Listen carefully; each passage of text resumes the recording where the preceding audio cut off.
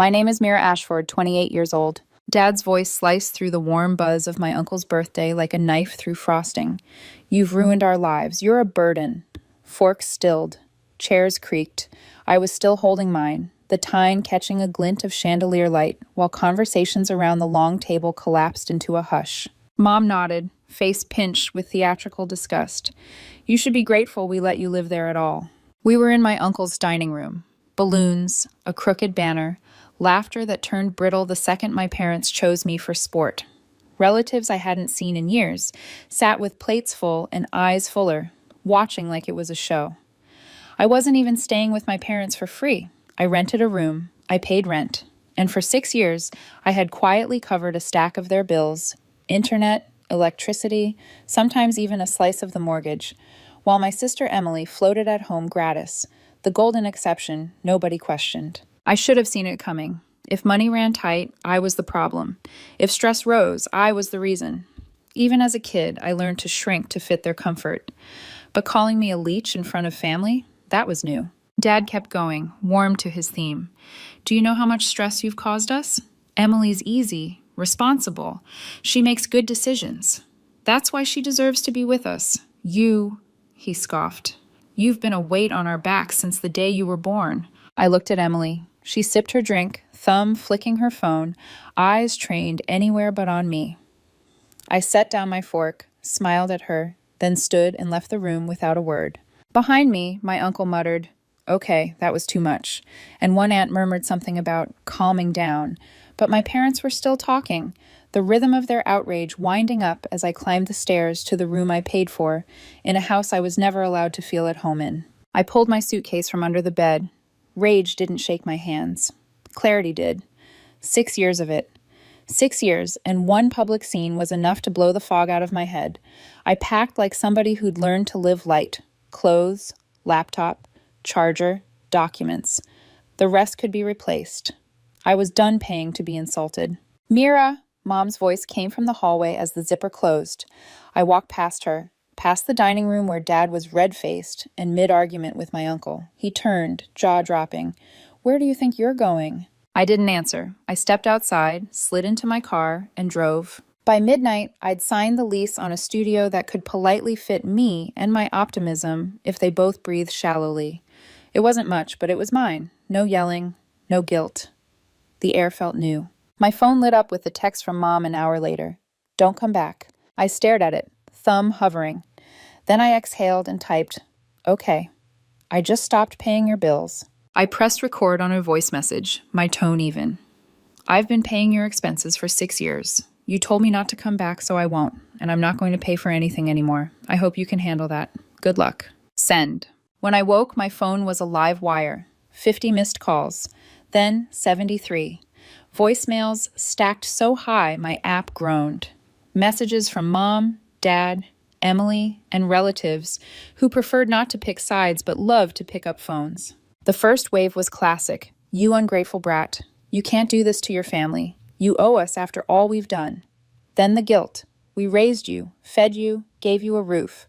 Your father is shaking. Please talk. Then the helpful relatives. They're in a panic. Just talk to them. They're freaking out, trying to figure out where you live. Call me. This is getting out of hand. Under the pile, a text from Emily. They're trying to pull your credit reports. Be careful. The floor tipped. I fired back. What do you mean? She replied, Mom asked me for your SSN. I said I didn't know it. I think they're trying to get your financial info. Stomach drop. When I lived there, they had access to old mail, paperwork, even accounts they helped set up when I was a teenager. If they were fishing in my credit now, it meant one thing. They wanted to see what was left to squeeze. I made my first mistake then. Tell them to back off. 5 minutes later, Mom called.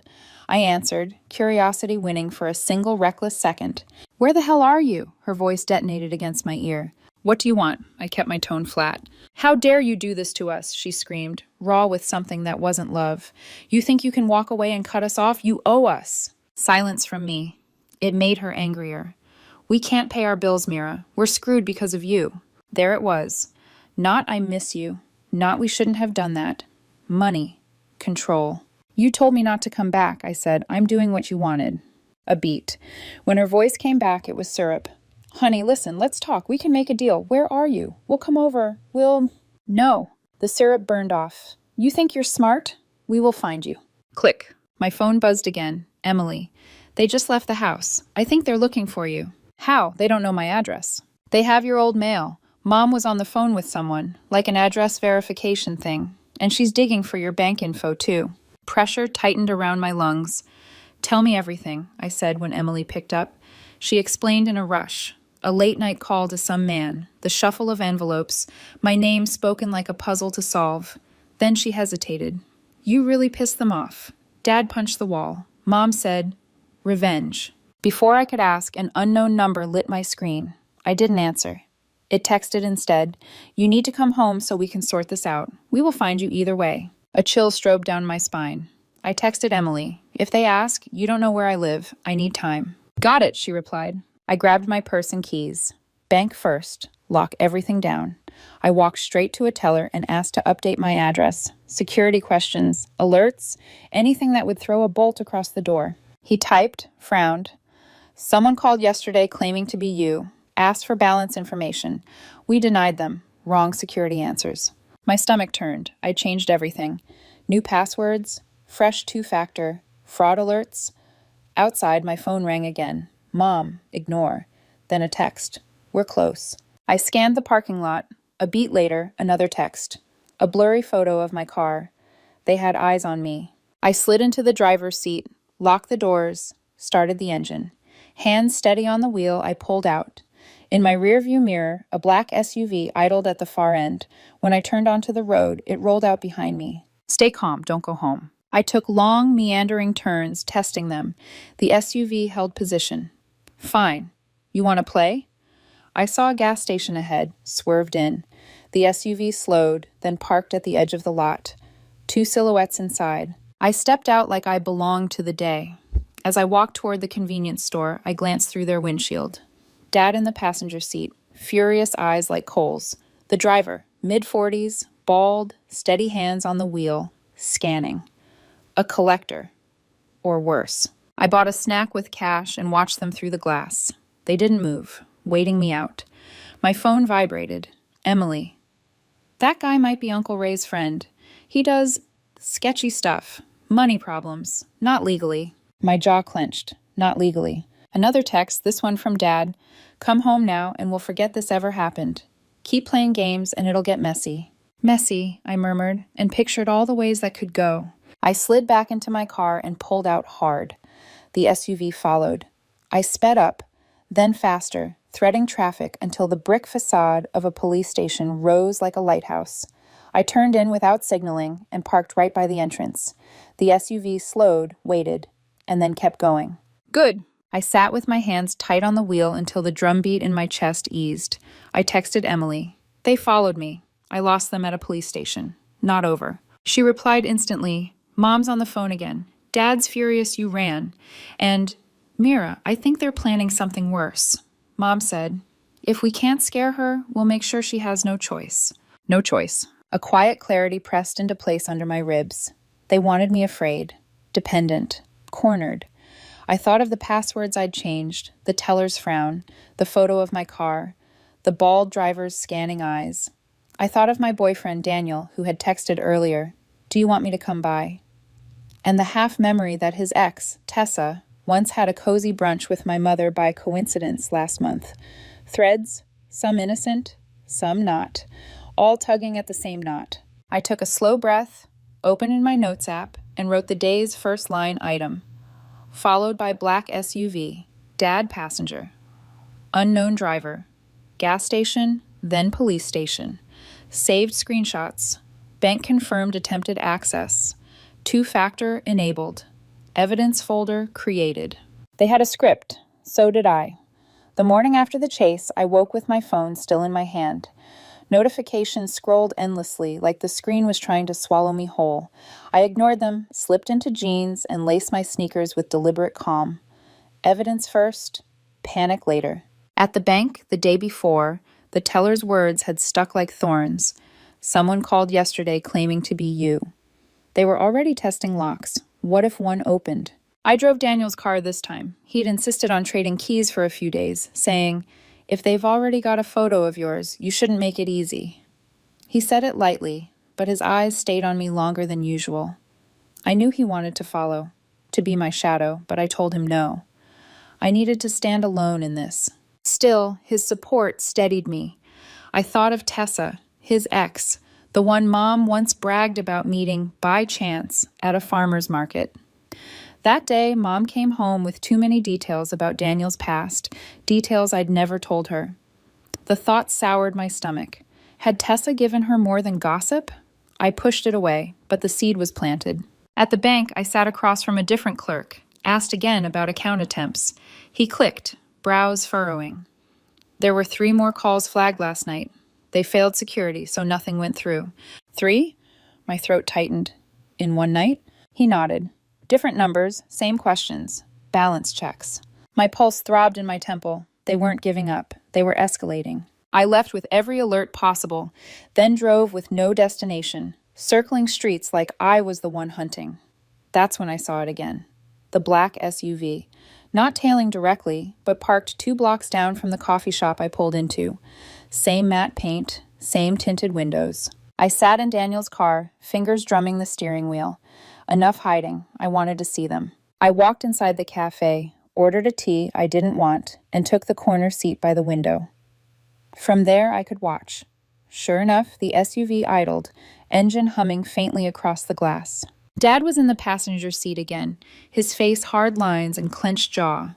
The bald man sat behind the wheel, scanning, always scanning, like a bodyguard waiting for the signal. I snapped a photo, texted it to Emily. Them again. Who is he? She replied instantly. That's Ray's friend. He's not legit, Mira. Debt stuff, collections, worse. He's dangerous. I typed, are they paying him? Her typing bubble blinked, then disappeared. Then, I think so. Mom said something about fees last night. I didn't ask. My tea sat untouched, cooling. My parents hadn't just lost control. They'd bought muscle to get it back. The SUV didn't move. Neither did I. I wanted to see if they'd blink first. After 15 minutes, Dad pulled out his phone, raised it, snapped a picture of the cafe window. My skin crawled. He was sending a message. We see you. My phone buzzed seconds later. An unknown number. Come home now. We'll forget this ever happened. Keep resisting and it gets messy. Messy. Again that word. I stood abruptly, tea untouched, and left out the side door. The SUV's brake lights flared. They wanted a chase. Fine. I drove straight toward downtown, weaving through traffic, making turns too sharp to be casual. They followed, steady but not aggressive, like they wanted me to know they could keep up but weren't in a rush. I cut left without signaling, spotted the glowing blue letters of another police station, and swerved into the lot. The SUV slowed, idled at the curb. Then, like the night before, it rolled past, disappearing into the blur of cars. I parked, breathing hard, fingers gripping the wheel so tight my knuckles whitened. They were testing me, seeing if I'd scare. I didn't move until the trembling in my hands stopped. Then I opened a fresh folder on my phone, labeled it Evidence, and dropped in every screenshot, every photo, every text. If they wanted to play a long game, I'd play longer. That night, Daniel came over, worry etched in his face. You should stay with me, at least until this stops. I shook my head. If I hide, they win. They'll think they chased me back under their roof. He leaned against the counter, arms folded, studying me. You're tougher than them. But toughness doesn't stop a car following you. I looked at him, at the earnest worry in his eyes, and for a moment I wanted to say yes. But the memory of Tessa's brunch with Mom drifted back, her laugh too loud, Mom's too knowing smile afterward. My parents were capable of pulling strings I didn't even know existed. Was I safe trusting anyone entirely? My phone buzzed again. Emily. Mom's talking to a lawyer. Dad's raging. Be careful. They said something about legal options. Legal. The word chilled me more than the SUV. They weren't just chasing. They were plotting. I texted back. Find out exactly what they're planning. Anything you hear. She replied, I'll try. But Mira, Dad said if fear doesn't work, they'll make sure you have no choice. No choice. I closed my eyes, exhaled. My parents had always relied on fear and guilt. Now they were adding force and legality to the list. But for once, I wasn't powerless. I opened my journal, the one where I used to scribble work schedules and grocery lists, and began writing it all down. Dates, times, witnesses, bank records, every thread of their desperation. Because evidence was more powerful than fear. They wanted messy, I'd give them methodical. The following morning, I sat in a lawyer's office that smelled faintly of leather and ink. My hands were tight around the folder I'd assembled overnight. Screenshots, bank statements, texts that dripped with veiled threats. The lawyer, a woman with sharp eyes and a calm voice, flipped through each page with the patience of someone who'd seen every shade of family conflict.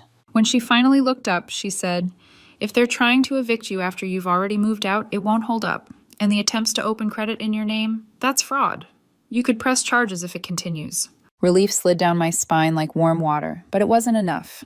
My parents weren't the type to stop at couldn't. They'd bend until something snapped. By the time I left her office, my phone buzzed with another message from Emily. "They're still ranting. Dad told Grandma you stole from them. Mom's crying about how you abandoned them after all they did." Of course. Rewrite the story. Make me the villain. "Let them scream," I typed back. "But listen, find out how they knew where I live. I never gave them my address." The typing bubble flickered, then, "I don't know, but Mom was on the phone with someone a few nights ago. I swear she said your name, and Tessa's. Tessa, Daniel's ex." My chest tightened. I remembered the brunch, the way Mom dropped his ex's name casually, like testing a knife's edge. Had they dug through her for information? Used her as a crack in my wall? Before I could reply, the pounding started. Not on my phone, on my door. I froze. Through the peephole, Dad, red-faced, jaw tight, Mom behind him, tears painting streaks down her cheeks, and the bald man, arms crossed, stance wide, like an extra weight pressing against the threshold. I backed up, phone shaking in my hand, then hit record. "Mira!" Dad's voice thundered, so loud it carried into the hallway.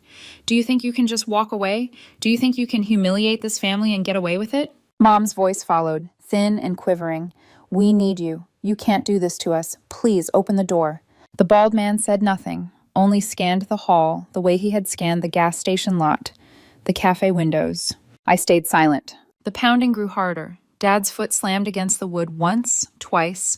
The frame shuddered. That was enough. I dialed. 911, what's your emergency? My parents are outside my apartment trying to force their way in. I have them on video. They've been harassing me, following me, attempting fraud.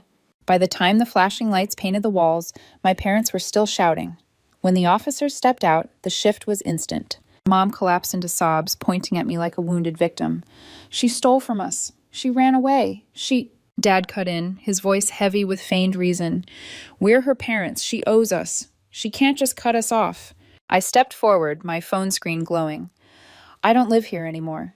They've stalked me, tried to open loans in my name, and now they're breaking down my door."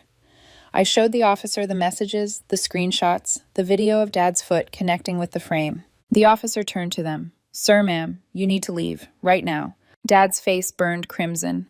"She's our daughter. She owes us everything." The officer's tone didn't waver. "No, she doesn't. And if you try this again, you'll be arrested for trespassing. Do you understand?" The bald man didn't speak. He simply walked back to the SUV, sliding into the driver's seat like nothing had happened. Mom's face crumpled as she clutched at the officer's sleeve. "But we raised her." "That doesn't entitle you to her money." The officer's voice was final. I watched them retreat, their silhouettes shrinking as the SUV swallowed them whole. For the first time in years, I wasn't the one being dragged into their chaos. They were being pulled out of mine. Emily texted as soon as the police cars pulled away.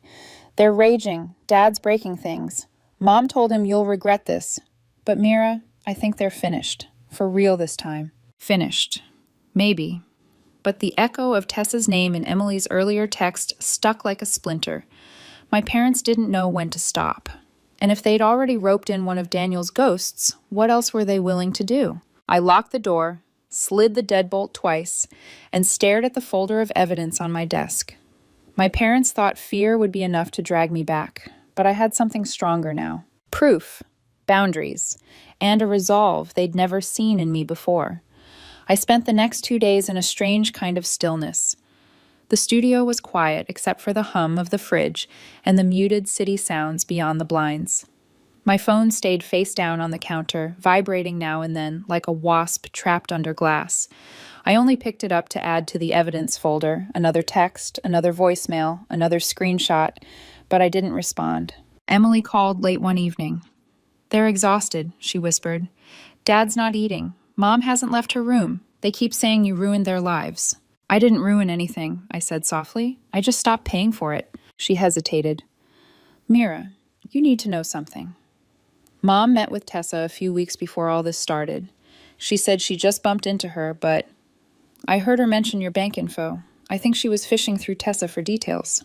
The splinter I'd been carrying slid deeper. "Why didn't you tell me sooner?" "I didn't know it mattered." I thanked her anyway. She was still inside the house, still tiptoeing around their rage. I couldn't blame her for not seeing the pattern from the inside. When I hung up, I sat on the edge of my bed, staring at my travel journal. Its pages were filled with things I'd cut from my life to save for later. Beaches, volcano tours, handwritten notes from people who wanted me to be okay. Later had always felt like a promise someone else could revoke. Now it was a ticket with my name on it. The next morning, Daniel came by with coffee. "You don't look like you've slept," he said, setting the cup on the counter. "I have." I smiled faintly, just differently. He leaned against the counter, studying me. "I talked to Tessa." I stilled. "Why?" "Because I needed to know what she told your mom." His voice was low, careful. "She admitted your mother asked about your address, said she didn't give it, but she did confirm which neighborhood you moved to. Thought it was harmless." My jaw tightened. "And you're telling me this now because—" "Because I'm done letting her meddle," he said simply. "I told her never to speak to my family again, and never to speak to your mother again." She was crying when she hung up. Something in his tone made me believe him. For the first time in weeks, my shoulders dropped a fraction. "I'm sorry," he said. "I should have warned you." "I should have asked," I replied. And just like that, the loop of suspicion loosened. That afternoon, I drove to the bank one last time to close every joint liability from my past. Old cosigns, dormant cards, anything they could weaponize. By the time I walked out, I was legally disentangled from them. They could file all the evictions they wanted. They had no hooks left in me. Emily texted later. "They're quieter now. Not better. Just quieter." I didn't answer. That night, I lit a candle in the corner of the studio and opened my notebook, the one I'd been building since this began. Page after page of dates, transfers, captions, and threats. My own history written like an indictment. At the back, I'd taped Grandma's letter. I read her words again. "You deserve that vacation. You deserve peace, even if it means peace without us." For the first time in years, I believed it. 2 days later, I booked my trip. Direct flights. An Airbnb with a balcony that looked out over the ocean. A day-long volcano tour. Every detail an upgrade from the trip they stole. I booked it quietly. No posts, no hints, no chance for them to find me again. When the confirmation email pinged, I sat back and closed my eyes. No triumph, no vengeance, just a long, steady exhale. They had tried everything. Guilt, manipulation, fraud, force, even pulling in someone from my boyfriend's past. They had tried to make me afraid, to make me dependent, to make me small. And for the first time in my life, none of it worked. The days before my flight passed in a blur of lists and quiet preparations. I set fraud alerts on every account, double-checked my renter's insurance, and slid copies of my evidence folder onto 2 separate flash drives. Not because I planned to use them, but because knowing they existed made me breathe easier. Emily called one last time. "They're still ranting," she said softly. "But it's different now. Dad's voice is tired. Mom just keeps repeating that you'll come back eventually." "I won't," I told her. "I know," she said. Then, after a pause, "I wish I could do what you did." "You will, when you're ready." We hung up, and for once, I didn't feel guilty for leaving her there. I couldn't save her by drowning with her. That evening, Daniel came over with takeout. We ate quietly, both of us pretending it was just another night. When he left, he kissed my forehead and said, "Enjoy Hawaii. Don't think about them for 1 second." "I won't," I promised, and almost believed it. The morning of my flight, I opened the mailbox in the lobby of my building and found an envelope addressed in delicate cursive. My chest tightened before I even opened it. "Grandma." Her words were steady, each line pressed carefully. "I read everything. I didn't realize how much you'd been carrying. I'm sorry. You deserve this time, Mira. You deserve peace, even if it means peace without us. I read it twice, then folded it neatly and slipped it into my travel journal, between the pages where I had taped clippings of beaches and maps. It felt like a blessing, quiet, unconditional, free of manipulation. At the airport, I didn't post a boarding pass photo. I didn't send a group text. This trip wasn't for them to know about or ruin. It was mine. When the plane lifted off and the city dropped away beneath the clouds, I closed my eyes and thought about everything that had led here. My parents pounding on my door, the SUV idling in parking lots, the lawyer's calm voice, Daniel's quiet loyalty, Emily's whispered warnings. All of it felt like another life I had already outgrown. I touched the folded letter in my journal and let out a breath I'd been holding for years. They had called me a burden, a ruin, a thief. They had tried to scare me, chase me, bind me to them with threats and shame. But sitting in that narrow airplane seat, the clouds opening like a path ahead, I realized the truth. I wasn't their burden. I was their lifeline, and I had finally cut the rope.